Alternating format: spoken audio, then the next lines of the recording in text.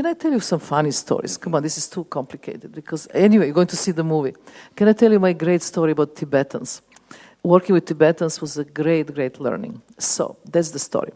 I was invited in the monastery of 7,000 monks. It's the south of India, close to Bangalore. His Holiness Dalai Lama was making huge concert of the music that actually he think the music and united world, against, it bring the peace against the war and so on. So he invited in this concert in Bangalore the people from Zulu, Palestinian, Jewish community, Catholics, Orthodox, you can possibly imagine every single Tibetan singer, all the Buddhist traditions. And he asked me that I choreograph the different Buddhist traditions, because you have Theravada and you have the how you call the Zen Buddhism, and you have there's so many Mahayana, Hinayana, and so on, different traditions, and they all have the different ideas how things should be done. So in this monastery, including the Buddhist nuns, which normally they're separate, so 109. It's a huge amount for all different Buddhist tradition. I got these 109 people to choreograph them for this festival, to make something for the stage.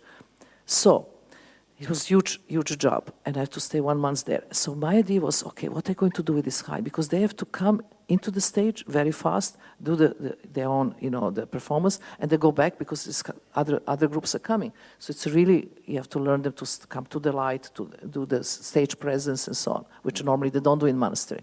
So I got these 9 people, and I said to the monastery, if you build me the benches like in the shape of pyramid, so that we can have, that when the curtain open, they have to have less than minute, they have the 109 monks have to come in the right position, and they have this pyramid, human pyramid, and they're going to sing Heart Sutra, which is like a really incredible prayer. And they have to, less than minute, when the curtain come down, go out. 1 month take me to get these guys right, because they're funny, they're loving, they come in the wrong position, they're wrong, the 10 are down, and they have to be up and so on. So 1 month we work like hell, and we get to perfection. Less than minute going in, they sit, they sing, less than minute go out. So I was leaving to the Bangalore to now fix the light for the stage.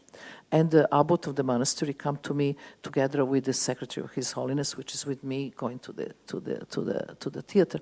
He said to me, and he's in the car. He said to me, "I was so happy with your help. This was wonderful. We are very thankful. But there is one little problem." I said, "What's the problem?" In Tibetan Buddhism, nobody can be on the top because no pyramid. I say, "What?" I am 1 month working on this really hard, all day long. He said, but I say, "Excuse me, but why you could not tell me this before? You build they build all these things on the wheels, and it's a huge construction." He said, "But you are your guest. We don't like to offend you."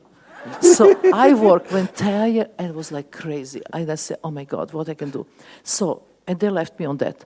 And then I start crying in the car, and this secretary of Dalai Lama, he looked at me, and Dobom Tulku, and he started laughing. And I said, "It's really tragic for me, but I work, what are we going to do?" And he said to me, "You know what? This is a perfect moment to learn. Let it go. Things will happen anyway."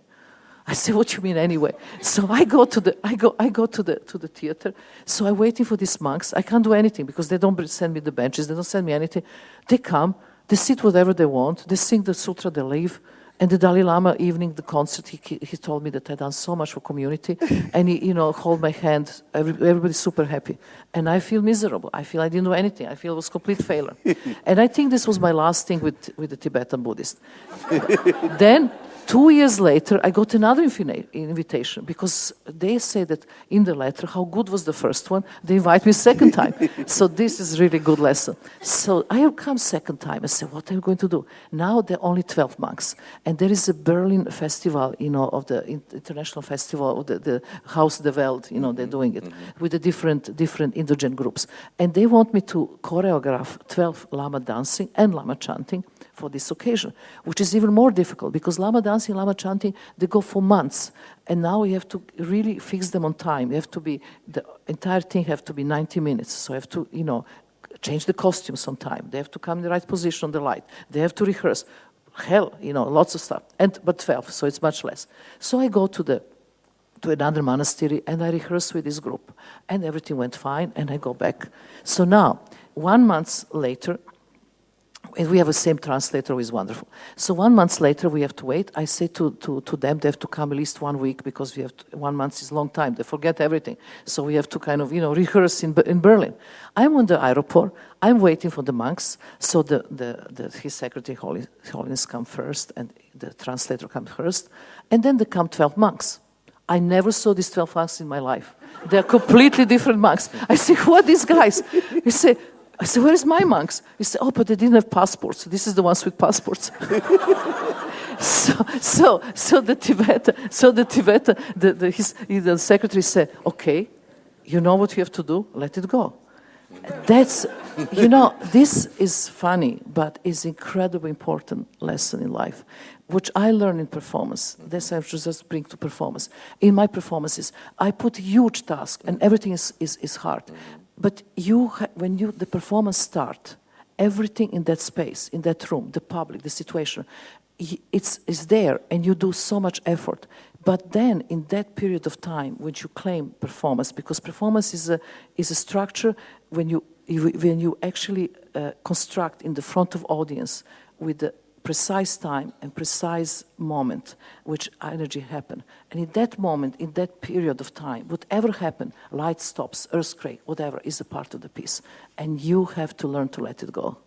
And this is also a wonderful text to Maria Callas when she said, when I'm performing, the most important part of this whole moment, that half of my brain is absolutely in control and there, and other half is loose and free.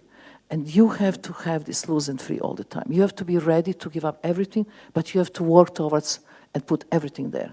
It's a contradiction in terms, but that readiness, that you have to let it go. This is learning about life, and that's more than anything you can learn. So I learn a lot from them. This is just to answer you about my traveling.